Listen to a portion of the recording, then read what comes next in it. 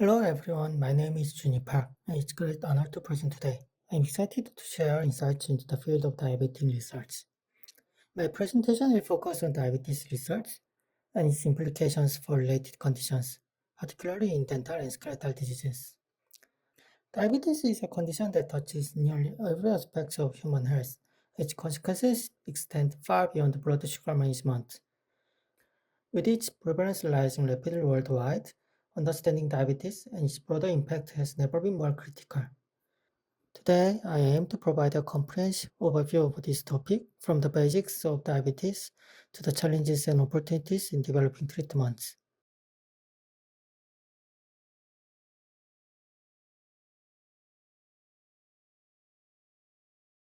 Let me begin by providing a brief explanation of the body's natural mechanisms for regulating blood glucose. To understand diabetes, we first need to know how our body manages blood glucose levels. Glucose is not just any molecule, it serves as the primary energy source for our cells and tissues, fueling everything from muscle movement to brain activity. For this reason, the concentration of glucose in the blood must remain tightly regulated. When we eat, glucose enters our bloodstream in large amounts. To prevent harmful spikes in blood sugar, the body converts excess glucose into other forms such as glycogen or fat and stores it in the liver or adipose tissue. This process is driven by insulin, a hormone produced by the pancreas. On the other hand, during prolonged fasting or between meals, when blood sugar levels drop, the body reverses this process. It generates glucose by breaking down stored glycogen or fat to maintain energy supply. This process is regulated by glucagon, another hormone secreted by the pancreas. Together, insulin and glucagon work in a dynamic balance to maintain blood glucose levels within a normal range. When there is a problem with insulin signaling, the process responsible for lowering blood glucose levels, blood sugar levels can rise abnormally. This condition is known as diabetes. Diabetes is usually classified into two main types. Type 1 diabetes occurs when the pancreas cannot produce enough insulin. This is caused by the autoimmune destruction of insulin-producing beta cells. On the other hand, type 2 diabetes is a metabolic disease where insulin is produced but does not work effectively. This type of diabetes is associated with obesity and usually develops in adults. Diabetes is not just an individual issue, it has become a global crisis. Around the world, 1 in 11 adults is currently living with diabetes. This means that over 400 million people are affected. Even more concerning is the rising death toll. Diabetes is responsible for an estimated 1.5 million deaths annually. What makes this even more concerning is that the burden of diabetes is growing rapidly. The number of people diagnosed with diabetes is increasing every year, driven by aging populations and rising rates of obesity. This growing epidemic creates significant challenges for healthcare systems worldwide. Let's take a closer look at the global distribution of diabetes. On this world map, you will see three numbers listed for each region. The top number represents the number of diabetes patients in 2013. The second number shows the projected number of patients in 2035, while the third number indicates the growth rate. East Asia stands out for its rapid increase in diabetes prevalence. What's intriguing is that this region does not have particularly high obesity rate compared to other parts of the world. However, East Asians tend to have higher body fat percentages and are more prone to abdominal obesity. These factors, combined with genetic predispositions, may make the population especially prone to diabetes in today's time of excess calorie consumption. Body fat percentage and abdominal obesity are important because they are fundamental contributors to type 2 diabetes. Excess fat in the body interferes with insulin action. When fat tissue becomes overloaded, it starts to release inflammatory molecules, triggering various inflammatory responses. Moreover, when fat tissue can no longer store the excess fat, Fat begins to accumulate in other tissues such as liver and muscle.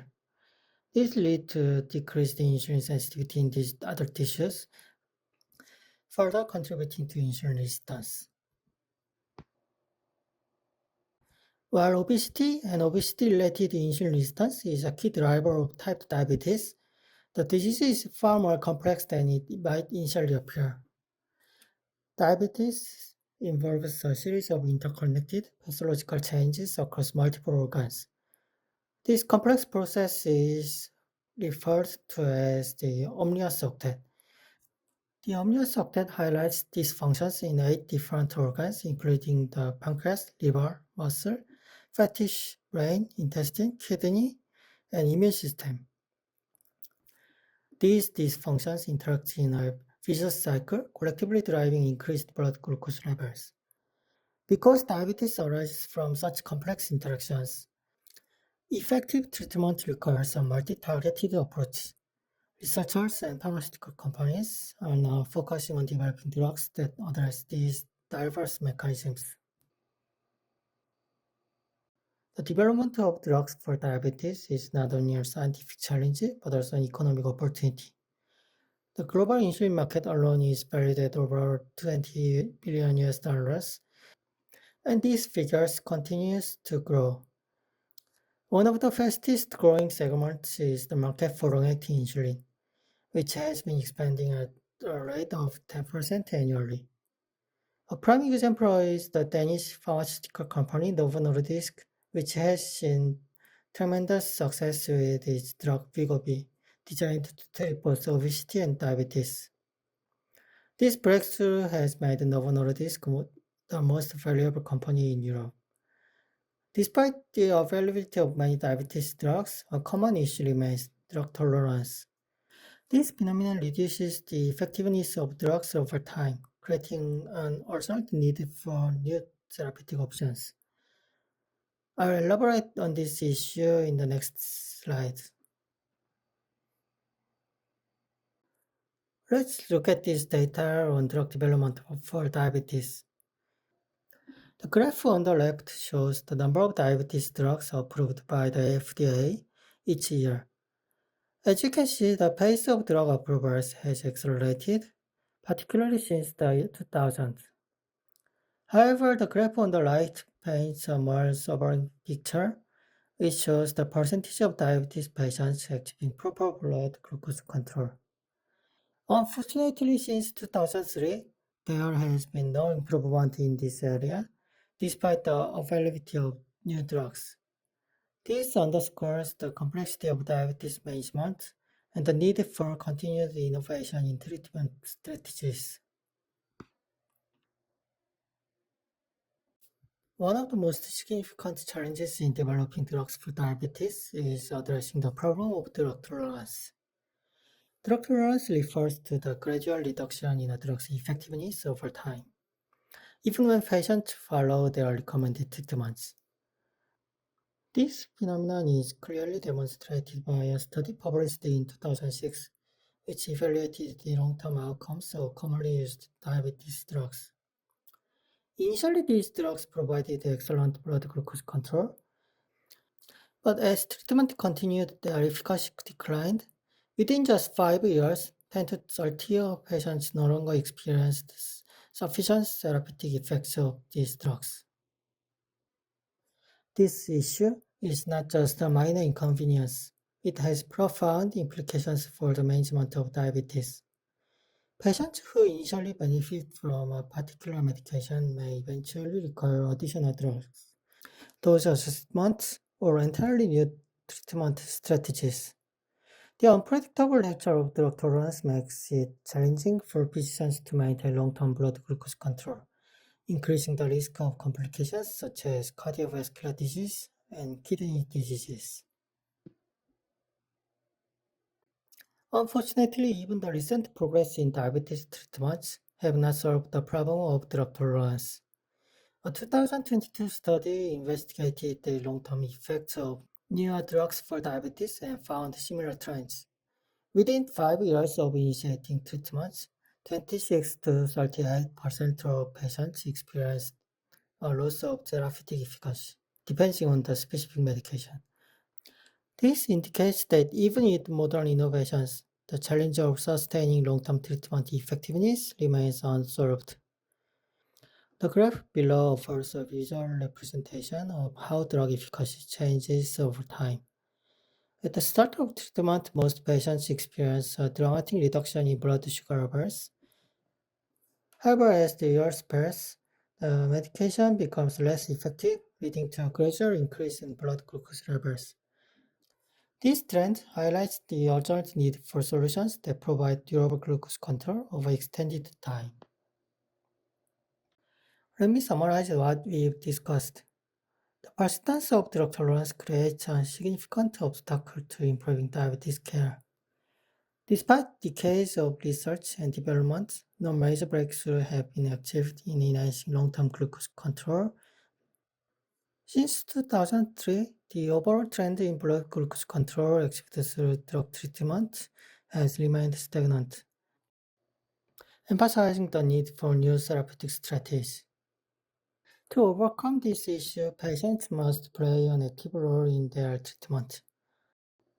Regular clinic visits are crucial for monitoring blood glucose levels and evaluating the effectiveness of current medications.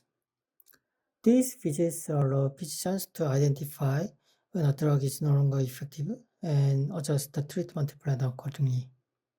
However, medication alone is not enough. Patients should understand that lifestyle changes are also important. Type 2 diabetes is often closely linked to problems in lipid metabolism, making weight control and regular exercise essential components of treatment. Reducing body fat and engaging in physical activity not only improve blood sugar control, but also address some of the fundamental causes of the disease. Recognizing the limitation of existing treatments, researchers worldwide are working on innovative solutions.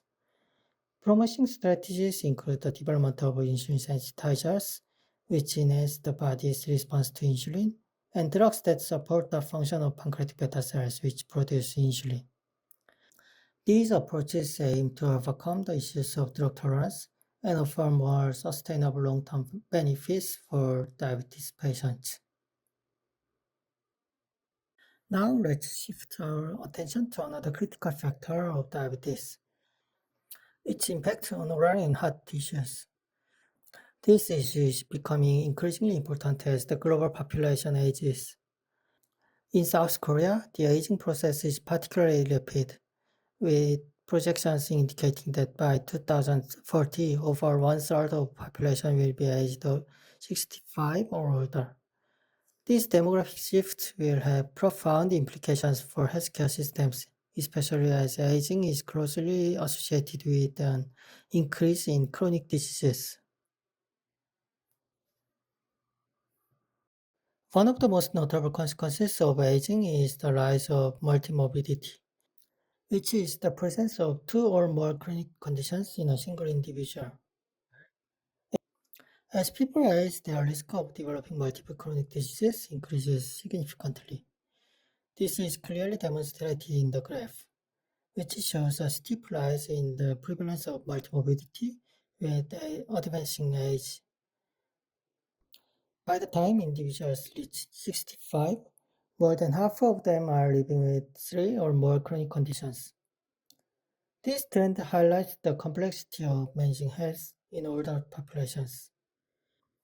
Patients must often navigate the interactions between chronic diseases and their treatments, which can complicate care plans. For diabetes patients, this challenge is particularly pronounced as the diabetes frequently coexists with other conditions such as cardiovascular issues, kidney disease, and oral and skeletal diseases. Diabetes has a well-documented association with several oral and skeletal conditions. Recent research indicates that 8 to 18% of cancer patients also have diabetes. This overall underscores the importance of managing blood glucose levels in cancer patients. Another major concern is periodontitis. Diabetes doubles the prevalence of periodontitis, affecting approximately two-thirds of diabetes patients. Periodontitis not only impacts oral health but also has systemic implications, potentially worsening blood glucose control and increasing the risk of other complications. Additionally, about 20% of diabetic patients are reported to have osteoporosis, a condition that weakens bone and increasing the risk of fractures. These findings emphasize the need for comprehensive care that address not only blood glucose control, but also the broader health challenges faced by diabetes patients. When diabetes is combined by oral and skeletal diseases, the standard approach is to use diabetes medications to control blood glucose levels. However, this raises an important question. How effective are these medications in addressing the associated conditions such as oral cancer, periodontitis, or osteoporosis?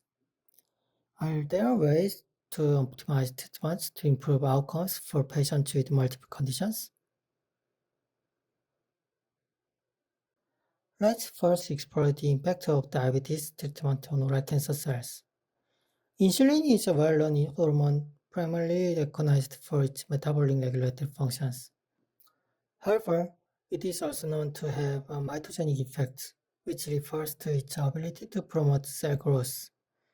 This mitogenic effect becomes particularly apparent at high insulin concentrations. When insulin is treated in large doses for therapeutic purposes, it can amplify these growth-promoting effects.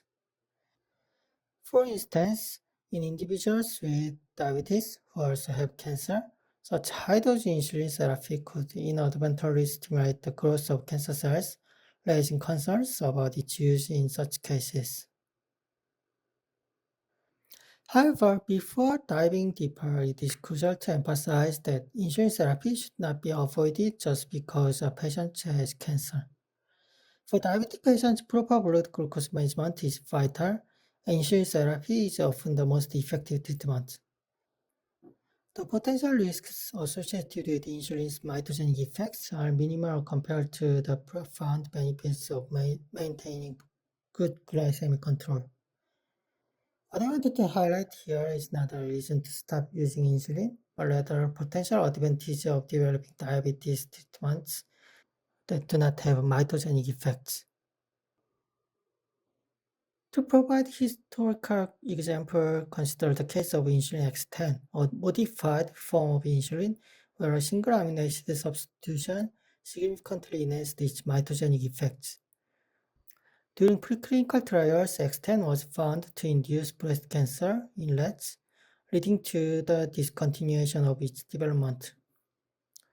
Although this was a setback, it also opened the door to exploring insulin analogs that lack mitogenic effects, which could be safer alternatives for cancer patient populations. Moreover, epidemiological studies have shown a slight increase in cancer incidence among diabetic patients receiving insulin therapy compared to those who do not, further underscoring the importance of addressing this issue. While these findings do not diminish the importance of insulin therapy, they highlight the need for continuous innovation in drug development to minimize risks, maximize patient safety. Moving on, let's explore the connection between diabetes and osteoporosis. It is well documented that diabetic patients undergoing insulin therapy have an increased risk of fractures. However, the mechanism underlying this phenomenon remains unclear, and multiple hypotheses have been proposed. For instance, some researchers suggest that the elevated fracture risk might be due to an increased risk of falls caused by hypoglycemic episodes. Others propose that insulin therapy might alter bone structure, making bone more rigid and hence more susceptible to fractures. Also, bone mineral density in diabetic patients have been a topic of debate. Earlier studies indicate that type 2 diabetic patients often show higher bone mineral density than controls. This is evident in the initial part of the graph below, where the solid line representing diabetic patients is above the dotted line, representing the control group.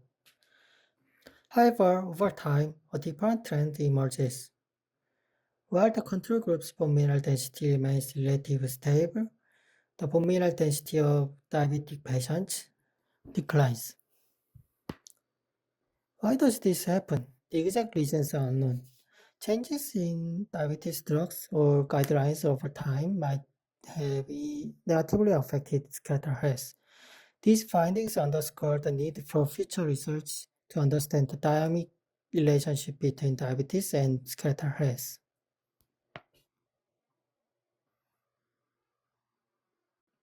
While the quantitative changes in bone mineral density among type 2 diabetes patients are not yet fully understood, there is strong evidence that the quality of their bone tissue is compromised. Numerous factors associated with type 2 diabetes, such as insulin resistance, chronic inflammation, and increased circulating lipids, contribute to inhibition of new bone formation. Oxidative stress caused by these factors is considered a key factor to inhibit bone formation. Oxidative stress disrupts bone remodeling process, leading to weaker bone structure over time. Also, we don't know the effects of diabetes drugs on bone cells. While some drugs might negatively affect bone quality, others could potentially offer protective effects. Understanding these interactions is critical for developing comprehensive treatment strategies that address both blood glucose management and skeletal condition. Now let's discuss the relationship between diabetes and periodontal disease. Diabetes is a chronic condition that, if left untreated, can lead to severe complications that significantly impact patients' survival and quality of life. Among the most well-known 5 complications are diabetic retinopathy, neuropathy, nephropathy, atherosclerosis, and impaired wound healing. However, periodontal disease has been recognized as the 6th complication of diabetes. Studies suggest that diabetic patients have a more than threefold increased risk of developing periodontitis compared to non-diabetic individuals. This elevated risk is particularly concerning because periodontitis can intensify systemic inflammation, potentially worsening other diabetes-related complications. The mechanism linking diabetes to periodontitis is recognized to be similar to that of other complications. Hypoglycemia leads to an excess of glucose molecules in the bloodstream. These molecules bind to proteins in an unregulated manner, forming advanced glycation end products.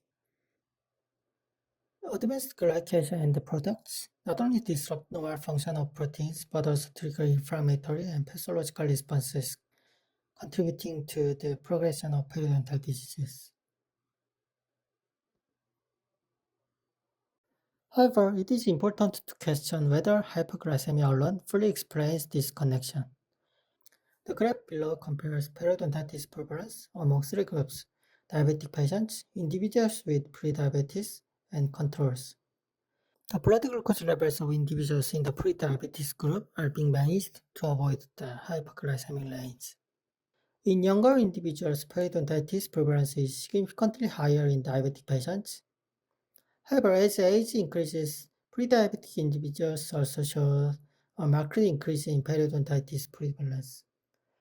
This suggests that factors beyond hypoglycemia may play a role in the relationship between diabetes and periodontitis. This study also compared periodontitis prevalence based on blood glucose control. The blue bar represents poorly controlled diabetes patients. The yellow bar represents pre-diabetic or well-controlled diabetic patients, and the green bar represents normal individuals. Unlike other complications, periodontitis prevalence remains elevated even in well-controlled diabetic patients, further indicating that hypoglycemia alone cannot fully explain the association between diabetes and periodontitis. To summarize, we have studied the link between diabetes and dental and skeletal diseases. With the rapid aging of global population, the number of patients with multiple chronic conditions is expected to rise significantly. Despite this, current diabetes treatment strategies do not sufficiently address these complex interconnections.